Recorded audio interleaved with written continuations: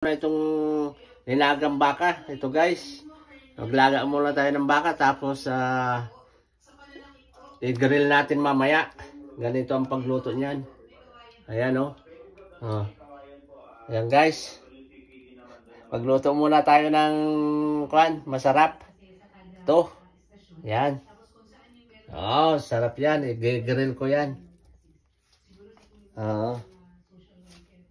Grill ko na yan mamaya.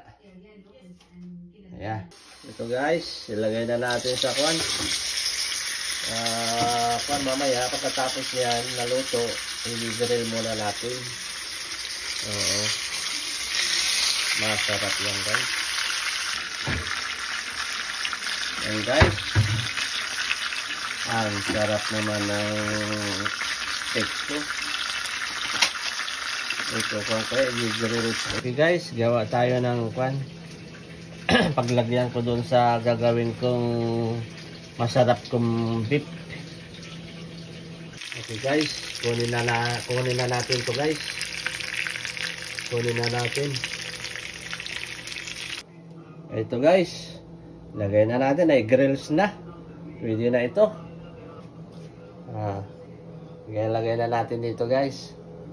Ayan na. Masarap na yan guys.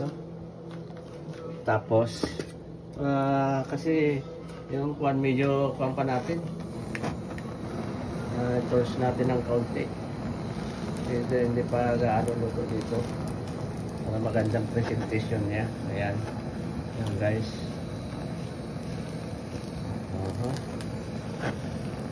Okay. Diba guys? Sarap niyan guys. Ang sarap yan guys. Sarap talaga yan guys. Tapos, okay, tapos na. Kulay. Yan, masarap na red pepper, green pepper. Ayan. Diba guys? Okay. Ito na. Ganyan lang yan guys. Masarap ang kulay. Tapos, lagyan natin ng cilantro. Kasi, parang pro. Yan guys, sarap talaga ng kuwang ko.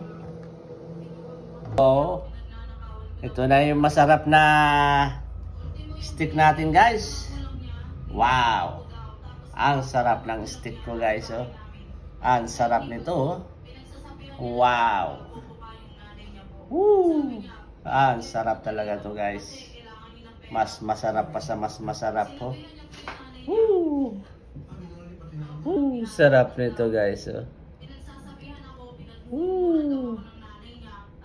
Sarap nito guys.